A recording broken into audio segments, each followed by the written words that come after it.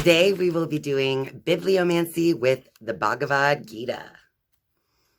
Before we get into this week's Meaningful Musings message, I would like to announce that this video is sponsored by me and Tracey's Apothecary. Tracey's Apothecary is my new Etsy shop where I am selling essential oil and crystal blends that were intuitively selected by me for a multitude of purposes in your day-to-day life. You can anoint your chakras. You can wear these as daily fragrances. You can raise the vibration in any sacred space with the room sprays that I have to offer. And I would love for you to go check it out. So if you would like to check out Tracey's Apothecary on Etsy, you can go to traceysapothecary.etsy.com.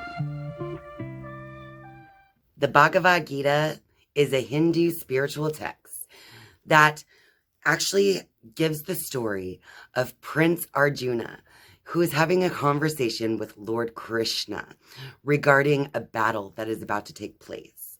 And there is a lot of spiritual truth to be found within the Bhagavad Gita. So for today's meaningful musing message, to stay tuned into the good vibrations, we are going to randomly select a page out of the Bhagavad Gita. So take a moment, center yourself, ground yourself, and take a few deep breaths.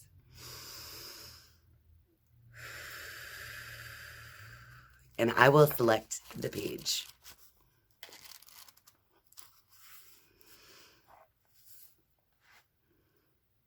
All right, so today's message, it comes from the Bhagavad Gita in the chapter called The Secret of Work.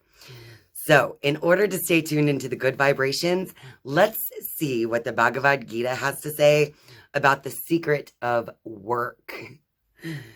And right here it says, no one, not even for a moment, can remain inactive. For the laws of his nature impel him to constant activity of body or mind or both. Even against his will, he is impelled into action of some kind. There is no escape from the universal law. And again, I say unto you that he who restrains and controls his sense organs and instruments of activity, and yet in his foolish mind dwells upon the objects and the things of the senses, is a deluded and deceived soul. But he who, expressing his mind in right action through duty, without attachment to rewards, performeth his work in the world, verily he is to be esteemed wise and worthy. Act well thy part in the world, perform well thine allotted tasks, take hold of that work which lies nearest thy hand, and do it to the best that is in thy power to do, and it will be well with thee. Work is far preferable to idleness. The one doth strengthen the mind and body, and is conducive to a long and normal life, while the other doth weaken both body and mind, and leadeth to an impotent and unhappy life of uncertain duration. So I think I'm going to stop there because I feel like we received the message for this week to stay tuned into the good vibrations. And I was immediately reminded of the 5 Reiki principles as I read this passage from the Bhagavad Gita, because the 5 Reiki principles are the 5 things that each Reiki practitioner lives by each and every day. So a Reiki practitioner will recite, just for today, I will not be angry. Just for today, I will not worry. Just for today, I will be grateful. Just for today, I will do my work honestly and diligently. And just for today, I will be kind to all living beings. So, the one that I'm going to refer to here in the 5 Reiki principles that goes well with this part of the Bhagavad Gita about work is that each and every day we should wake up with the intention to do our work honestly and diligently. And what Lord Krishna is trying to say here is that as long as we are doing what we can and what we are in the power to do, and we are not simply being idle and sitting around and squandering all of our days, that will create the happiest and most fulfilled life. It is those who simply try to get through each and every day with as little action as possible, those who are literally sitting in idleness and who have no goals or achievements to reach for, that will lead to an unhappy life. And if you really think about it, it's true. Now, even those of us who are on a spiritual path, trying to find enlightenment, one of the main things that I learned on this path early on is that before enlightenment, you chop wood and carry water. And after enlightenment, you still have to chop wood and carry water. So no matter what your stance is in life, no matter where you are on your path towards enlightenment, doing your work diligently and honestly is a very important aspect of living a happy life. You can go to bed each night and know that you've done your part and that you were a productive individual as long as you did those things that you know you have to do.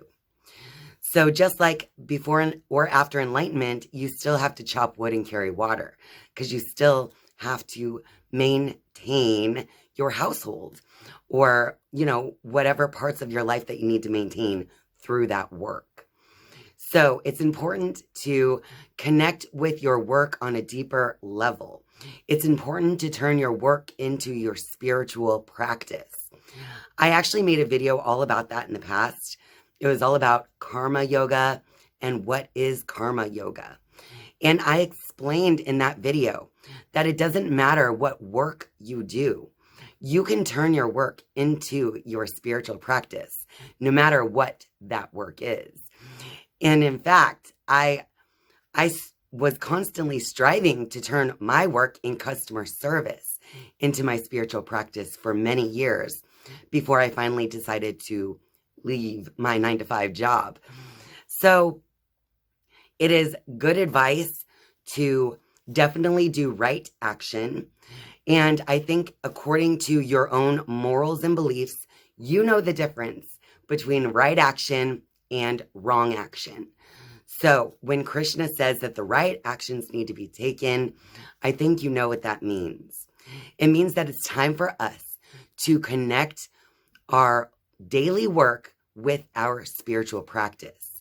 Because once you learn to do that, you are actually bringing your daily work into a whole new level of understanding.